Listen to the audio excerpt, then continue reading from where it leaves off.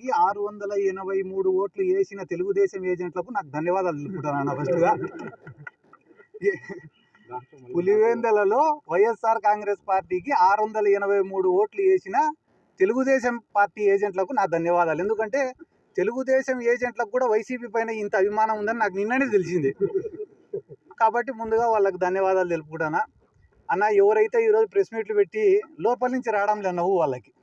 ఎందుకంటే 10,000 ఓట్ల కోసం మనమందరం టికెట్లు కన్ఫర్మ్ చేసుకునేమేందిరా అని బాధపడుతున్నారు వాళ్ళే. అది కేవలం 10,000 ఓట్లుండే జెడ్పీటీసీ.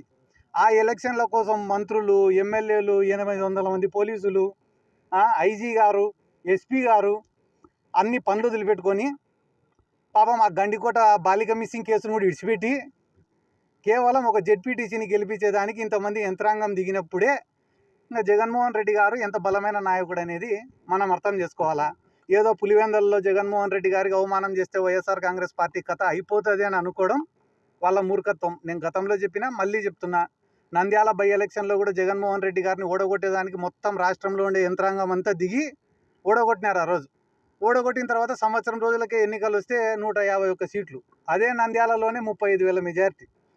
కాబట్టి ఇది జెన్యున్ ఎలక్షనా కాదా, పోలింగ్ జరిగిందే రిగ్గింగ్ జరిగిందే అనేది నాకన్నా బాగా, మీకన్నా బాగా, పోలీసుల కన్నా బాగా, ప్రతిపక్షానికన్నా అధికార పార్టీ కన్నా బాగా ప్రజలకు తెలుసు. కాబట్టి ప్రజల యొక్క ఆలోచనలను ఇటువంటి ఎలక్షన్ల ద్వారా మార్చలేరు.